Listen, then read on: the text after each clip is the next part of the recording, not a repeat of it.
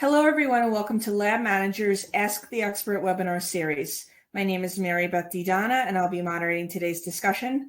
Forensic information management should be more than a LIMS. We like our webinars to be very interactive, so we encourage you to submit your questions to us at any point during today's webinar. Our speakers will address these questions during the question and answer session following their presentation. To ask a question or leave a comment, simply type your query into the Q&A box located on the right-hand side of your screen. We will try to address as many questions as possible during our time together, but if we happen to run out of time, I will forward any unanswered questions to today's speakers and they can respond to you directly if possible. I would like to remind you that this webinar recording will be available on demand shortly following this presentation, so please watch for an email from LabVantage on how to access this free video once it's available. I would also like to extend a special thank you to our sponsor, LabVantage. Their support allows LabVantage to offer these webinars free of charge to our readers. And now I'd like to introduce Dr. Robin McDonald, who will tell us more about this webinar and introduce our other speaker. Robin, thanks for joining us. Welcome, everyone, and thank you for taking time out of your busy schedules to join us today to learn more about how a forensic information management system should be more than a LIMS. I'm Robin McDonald, and I'm here with my colleague, Mr. Bob Hilbert. Let me tell you a little bit about myself. I earned my PhD in inorganic chemistry from Emory University in Atlanta, Georgia. After graduation, I was hired by the Broward Sheriff's Office Crime Laboratory in Fort Lauderdale, Florida, where I analyzed trace evidence cases. After about 6 years, I was promoted to Criminalist Unit Manager, and at various times I managed firearms, trace evidence, drug chemistry, and question documents. During my time with the Sheriff's Office, I also had the opportunity to become an ISO 17025 technical assessor.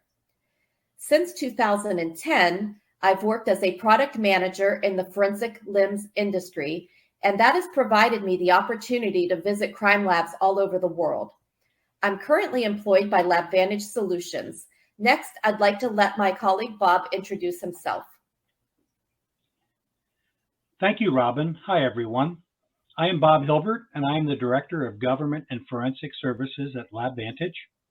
I've been here for about a year and a half.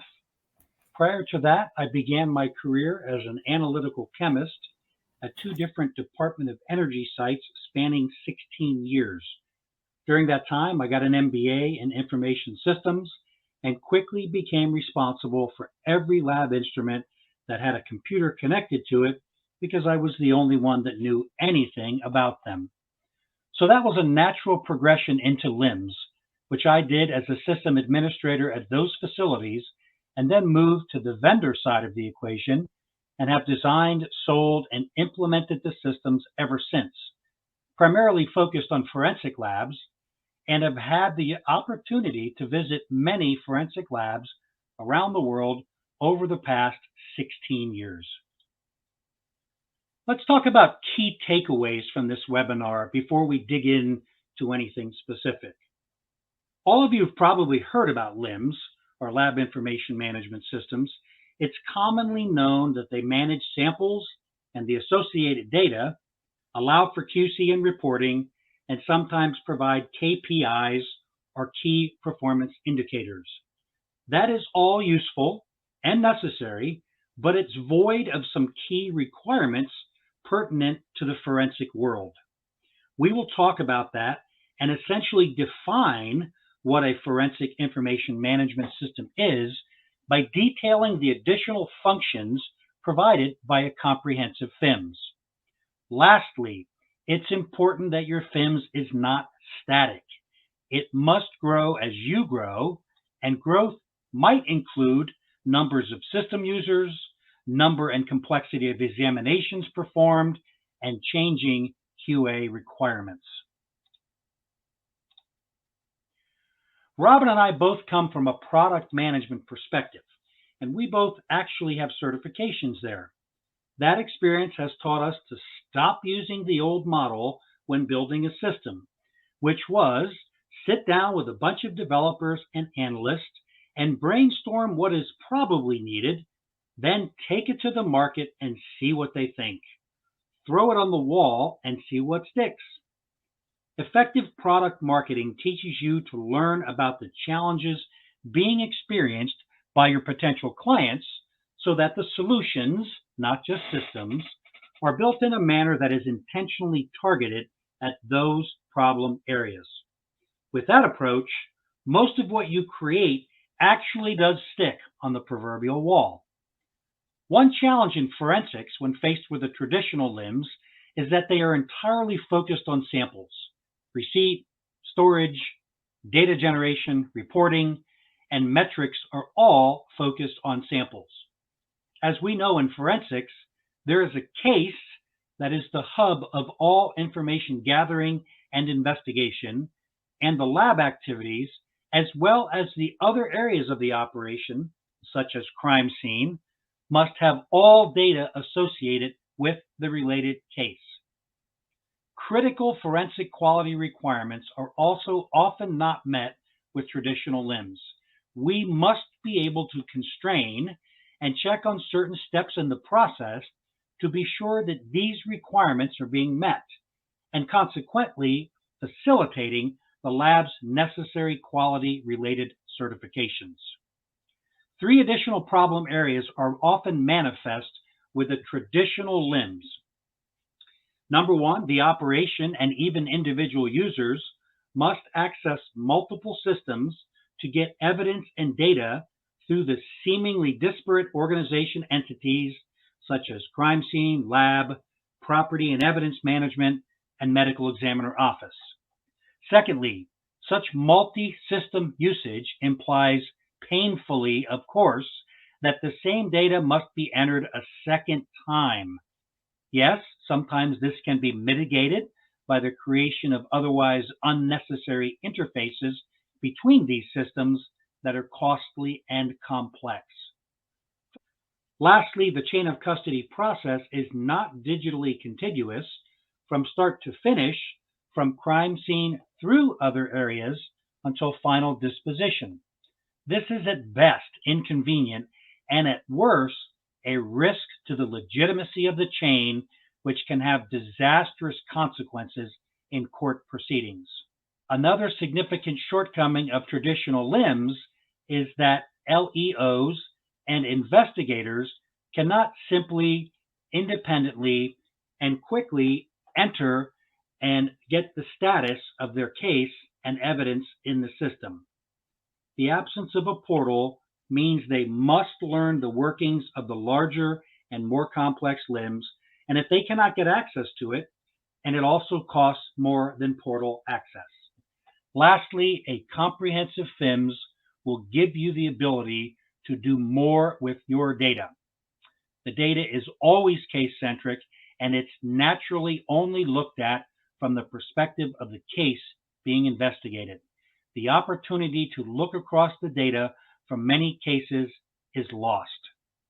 I'm now going to transition back to Dr. McDonald as she starts to talk about some of these specific FIMS considerations.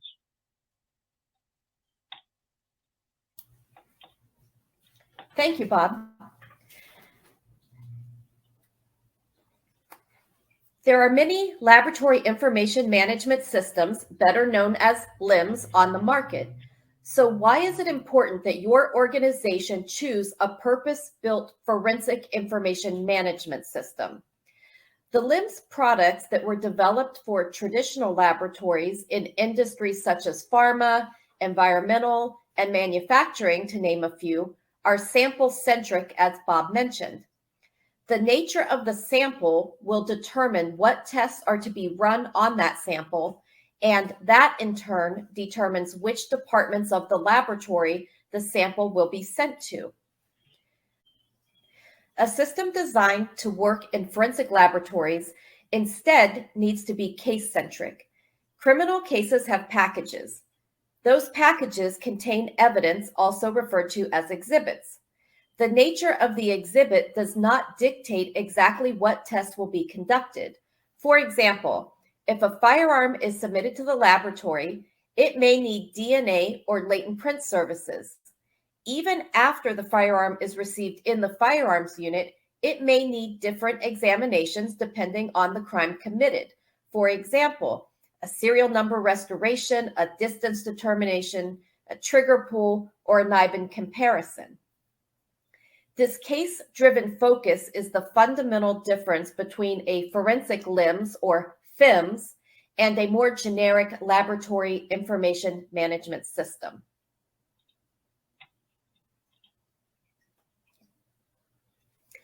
Forensic investigations do not begin and end in the laboratory. There's a lot going on in the image on the slide, but let's take a moment to walk through it. You can see here on the top left, we have law enforcement officers. They represent the officer out on patrol who may collect evidence in cases that do not warrant a crime scene unit response. Depending on the policy of the organization, that evidence will either be taken to a property and evidence storage facility or to the laboratory. It's possible that some exhibits will be sent to property and others will be taken directly to the laboratory. On the top right, we see a crime scene unit. The crime scene investigators may send some of the evidence to property, and they may send some of the evidence to the laboratory. If a death is involved, the medical examiner may respond to the scene to examine and transport the decedent over to the medical examiner's office. At the medical examiner's office, additional evidence may be collected and sent to the lab. So we've just discussed 3 different paths that evidence might take to get to the laboratory. After the examination is complete, the evidence might be sent back to a property facility that's associated with the same agency as the laboratory, or it might be transferred back to the submitting agency. Evidence can also be transferred from the property facility or laboratory to and from the courtroom as part of the judicial process. And then finally, at the close of the case, which may result from a case being adjudicated or the statute of limitations running out, the evidence will be dispositioned. This responsibility in most organizations falls on the property facility. The evidence may be destroyed, returned to its owner, converted to police use, or in some cases, even auctioned off to raise money for law enforcement. So given the interconnected nature of all of these different entities, it's easy to see why it's beneficial to have one comprehensive system that manages the case and evidence beyond the laboratory. Therefore, we believe the term LIMS, L-I-M-S, doesn't really capture what many organizations really need. Instead, forensic information management system would be more accurate. Now, you might be thinking, what if my organization doesn't do everything on this slide? Ideally, the forensic information management system should be flexible enough to let you use just the applicable functionality, and they should have a licensing mechanism that permits the cost of the system to reflect that.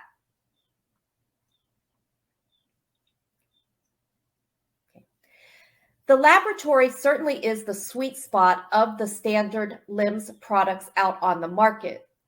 But as mentioned earlier, if the LIMS was not built with forensic organizations in mind, it will likely require a fair amount of customization to work effectively in the forensic environment. If it's been built with forensic clients in mind, it will follow the basic workflow shown on this slide and accommodate the many activities required at each step. If the evidence has already been pre-logged in a portal, when it arrives in central receiving, the evidence technician may simply need to scan a barcode and all the pertinent information will be populated. Otherwise, the evidence technician will enter the information manually. Much of that information that's entered at this point is case-oriented, which again underscores the importance of having a system designed for forensics. The information captured would include, at a minimum, things like the investigative agency's case identifier, the crime that was committed, information about the packages that are being submitted, as well as the contents of those packages, or the exhibits, in other words, the points of contact for the case, as well as the suspects and victims who involved in the case. After documenting the needed information, the evidence technician will place the evidence in a secure location until an examiner is ready to analyze the evidence. This person-to-storage transfer from the evidence technician to that storage location should be treated as a chain of custody transaction. The next step in the process is the work will be assigned. In some disciplines, such as firearms, latent prints, and question documents, to name a few, the case and evidence in that unit may be assigned to a single person who carries out the analytical process from end to end. In other disciplines, such as DNA and toxicology, the examinations may be conducted by batch across cases by the whole team, wherein different individuals may carry out different parts of the analytical process. For example, a senior toxicologist in the toxicology department, obviously, might assign what tests need to be conducted on various exhibits, and it may be some technicians who actually see what tests are needed and take aliquots and put those aliquots onto an instrument, and then it may be someone else entirely who interprets the results. So that is a more batch-oriented process. Another difference between forensic analyses and analyses in other industries is that for many forensic examinations, the analyst needs to make an interpretation of the data when generating their final report. Whereas in other industries, it's very common that the test conducted is to simply measure a specific analyte, and that's reported out in a very structured way, typically in the form of a certificate of analysis. This type of reporting does not have the flexibility required for many forensic disciplines. Last but not least, the chain of custody is critical in a forensic organization. In a generic LIMS, what is often termed chain of custody is really just a check-in and check-out process that does not require electronic signatures. This would not meet the rigorous expectations of how evidence is to be handled and could be detrimental to the case once it goes to trial. The importance of quality management in a forensic laboratory cannot be overstated. Most laboratories across the world either have achieved ISO 17025 accreditation or are seeking to do so. While there are many standalone quality management systems on the market, ideally, your forensic information management system should have quality features integrated throughout.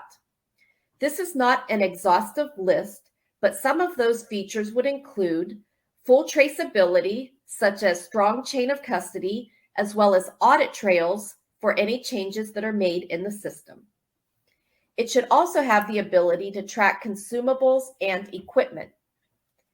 In the case of consumables, which are things such as chemicals, solvents, reagents, DNA kits, it could even be something like gloves, pipettes, and that sort of thing. You should be able to track the lot numbers for the purchased materials, as well as expiration dates and any quality tests that were conducted to ensure that the consumable can be released for use in casework. If a reagent is prepared in-house, you should be able to store a recipe for that reagent and track all of the components that go into the reagent when it's prepared. Additionally, you would expect to be alerted when the supply of a material is getting low or when its expiration date is approaching. For equipment, you should be able to track information about the purchase of the equipment, as well as repair and maintenance records and calibration events. And you should be able to take that instrument offline should it not be fit for use at any given time to prevent it from inadvertently being used in casework.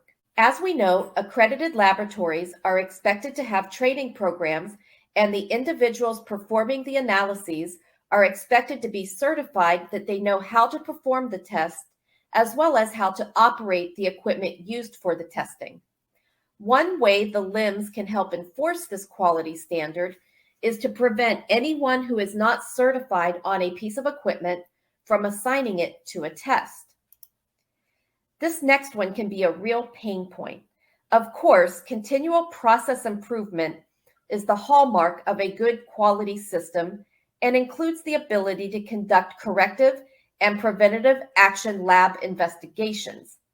Having this information integrated within the same system is more rigorous and efficient than having a separate system for tracking this important activity.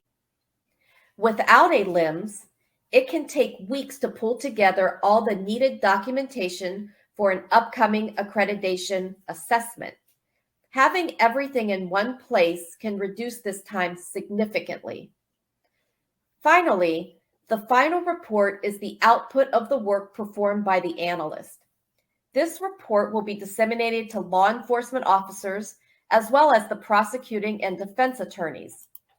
It's crucial that the LIMS facilitate and document the review and approval process of not just the analytical results, but the final report. This report may well be tendered into evidence at trial.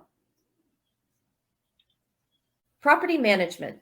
It's crucial that property technicians be able to locate evidence at a moment's notice. The evidence may be needed in court.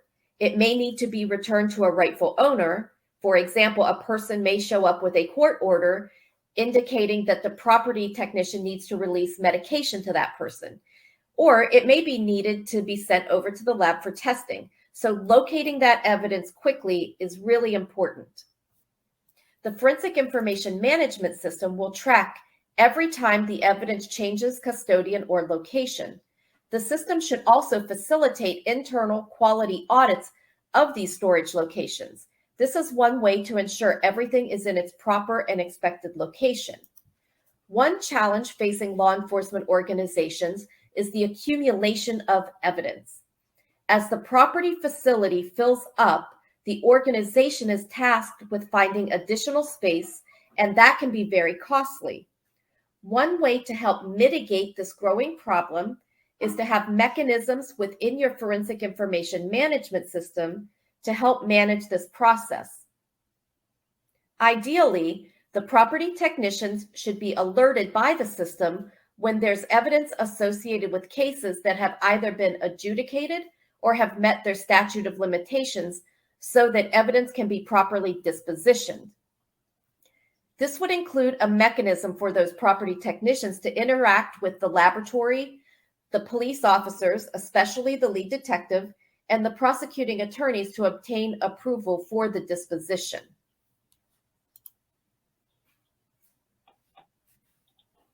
The tracking of sexual assault kits has recently received much needed attention from legislators. There have been many initiatives started throughout the country, such as the Sexual Assault Kit Initiative from the Bureau of Justice. Also, many states, including Wisconsin and Georgia, have passed legislation to require the processing of this important evidence in a timely manner. Other private organizations are also funding this initiative, such as the Happy Heart organization started by Mariska Hargitay from Law and Order Special Victims Unit. All of this is in effort to address the unacceptable fact that thousands of rape kits were sitting in property rooms across the country having never been tested. It's estimated in 2016 that nationally there were approximately 400,000 kits sitting in storage. These are kits that did not even make it over to the laboratory for testing. One problem contributing to this is the lack of a forensic information management system that could provide traceability and insight into where these kits are. When kits aren't tested, what happens is an assault may happen in 2016, for example, and if that kit isn't tested until maybe 2019, in the interim, that person who committed the offense is out committing additional sexual assaults, and therefore the backlog continues to grow, and those are victims who did not need to actually be victimized. What's found is that oftentimes when these kits are finally tested and a suspect is identified, we will see that in the past years, they've committed many more offenses. So this is a really important initiative. What you should expect in your forensic information management system is the ability for these kits to be tracked from the time they're collected all the way through the testing process. And stakeholders such as the law enforcement officers, the survivors, and the prosecuting attorneys should be informed of the status of the kit all along the way. Medical examiner. As we saw earlier, the medical examiner is an integral part of many criminal investigations, from arriving at the scene to examine and take possession of the body and transporting the body back over to the medical examiner's office where they can collect additional evidence and maybe even run some of their own tests. As you can see, there's a lot of overlap between laboratory testing in the medical examiner's office and in the laboratory. So in order to mitigate data being duplicated between the medical examiner's office and the laboratory, it's really important that they be part of one larger platform, one larger solution. As I mentioned, oftentimes the medical examiner will do some of their own testing in-house, especially toxicology.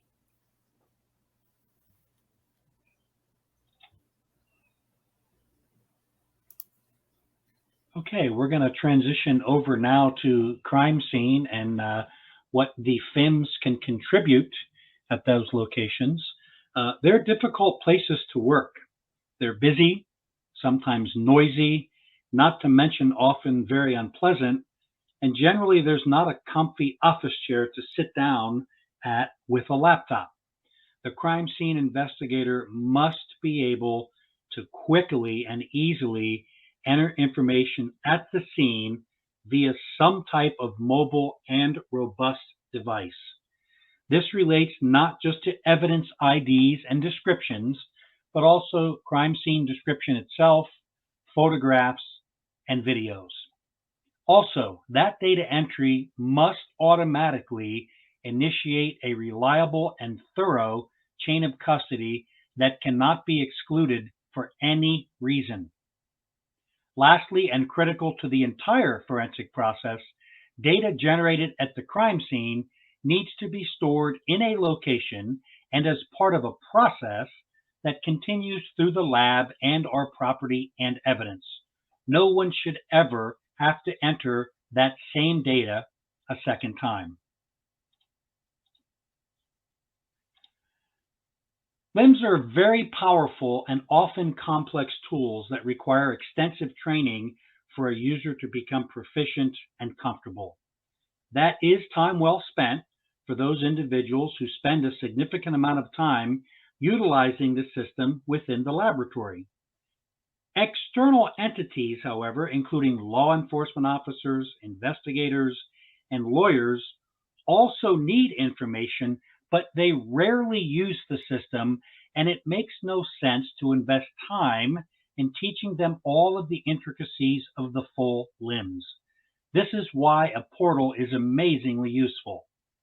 Often described in very technical terms, unnecessarily I might add, they are simply a secure and limited private conduit into the LIMS, wherein only a small portion of the LIMS capabilities are used, are very intuitive to use, and involve software licenses that are actually less expensive. The biggest and very productive uses of a portal are being able to create evidence and introduce that evidence to the forensic life cycle from the field. Secondly, checking the status of the examination work being done by the lab. And thirdly, obtaining reports of in-process or completed examinations.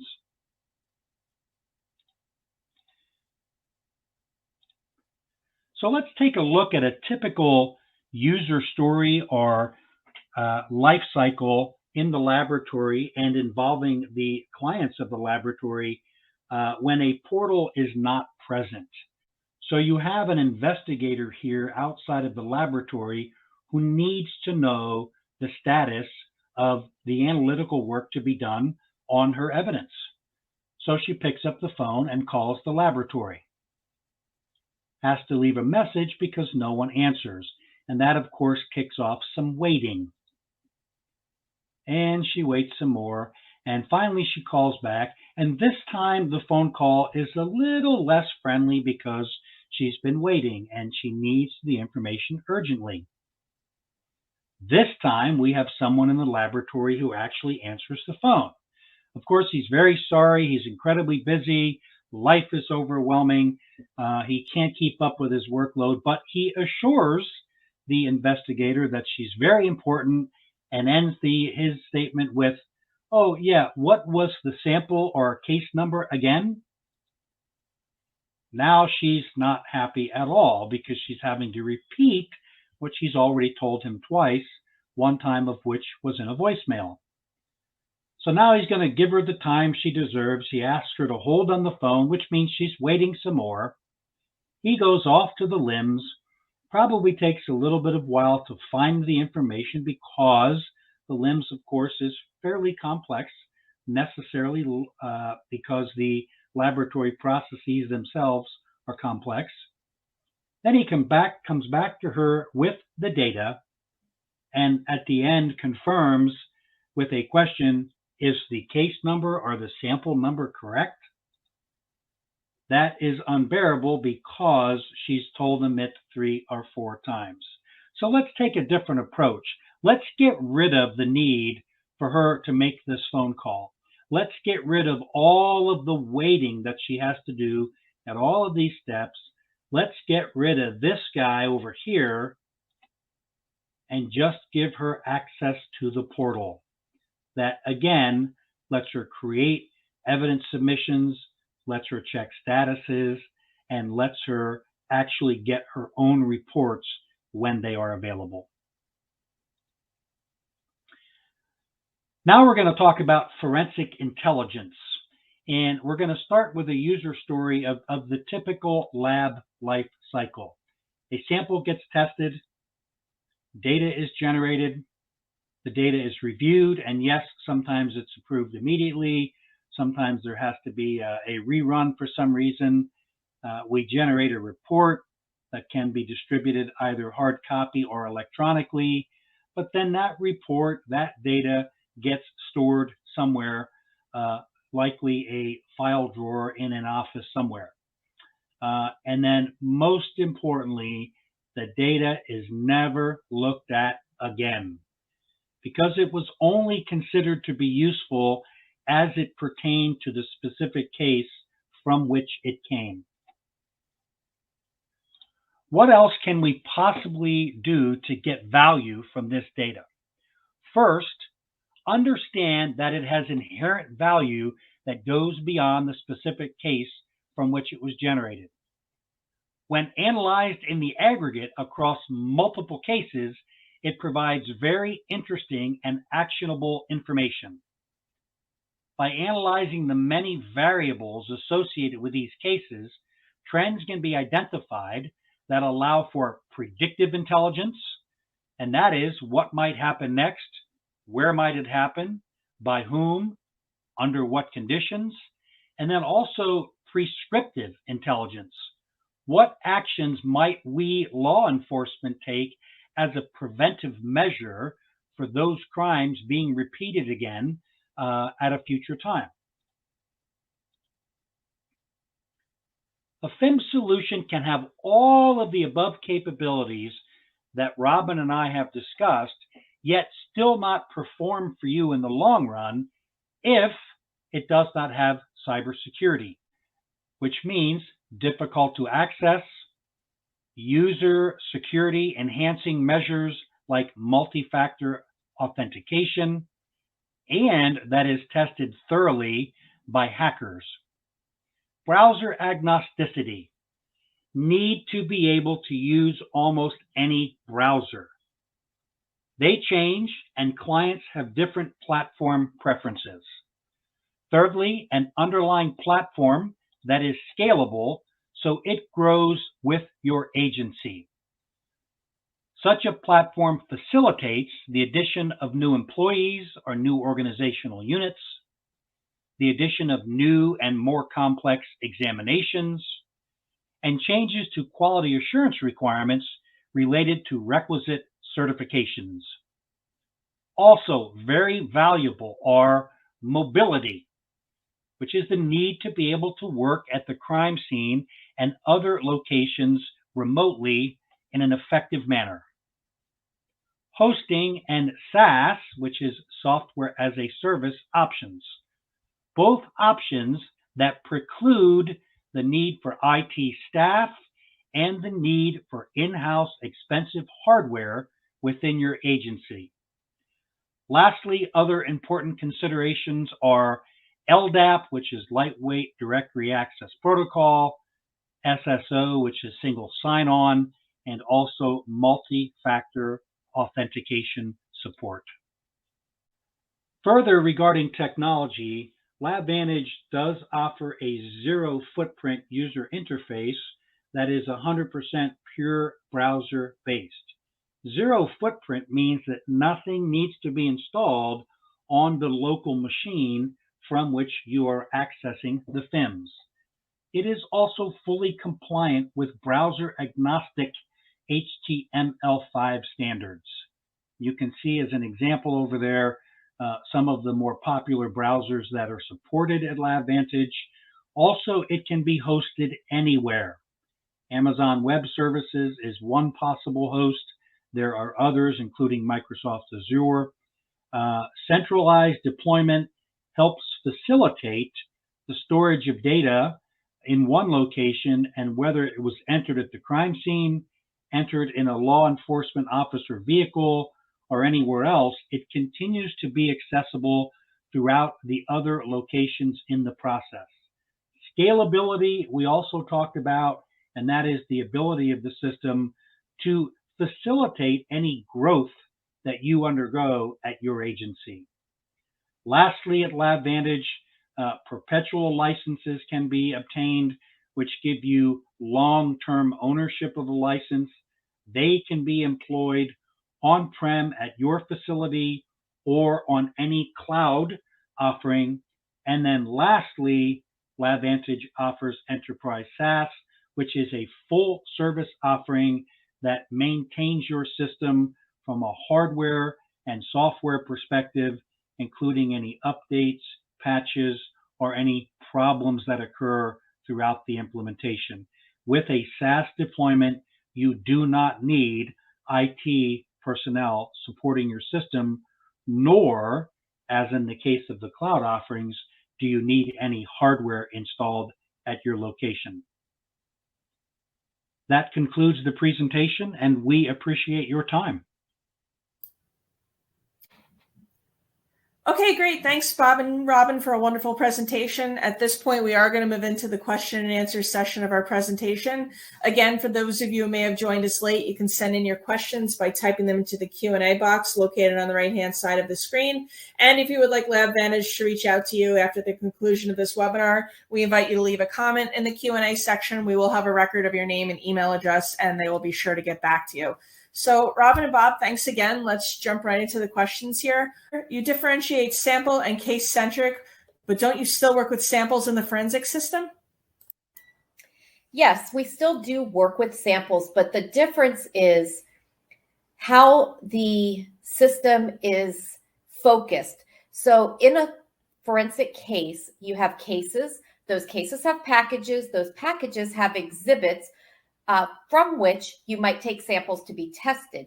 But at the end of the day, the results of testing those samples are part of a larger case, whereas in a traditional non-forensic LIMS, you're testing the sample and the whole hierarchy of the case is lost. Okay, great, thanks. Let's move on to the next question here. This one says, there's a lot of coverage here throughout the entire life cycle. What happens if my operation is only a couple of these work areas like lab and crime scene?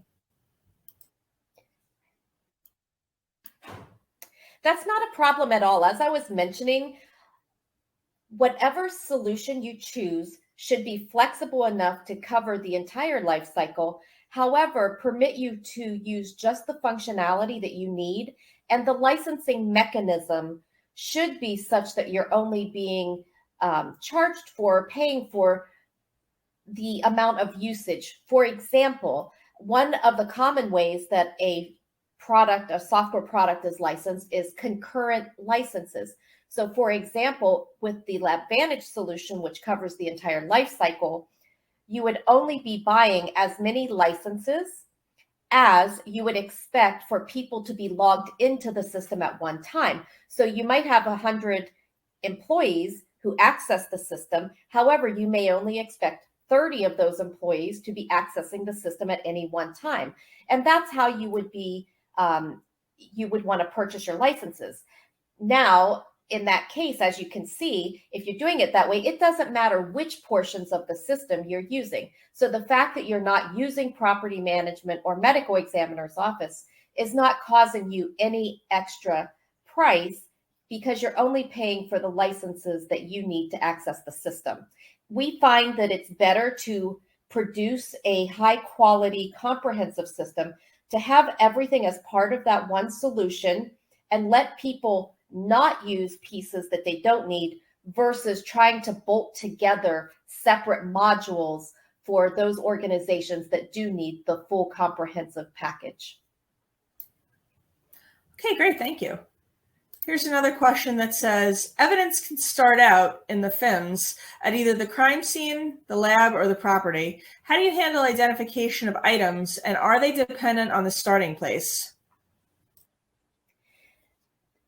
No, it doesn't depend on the starting place.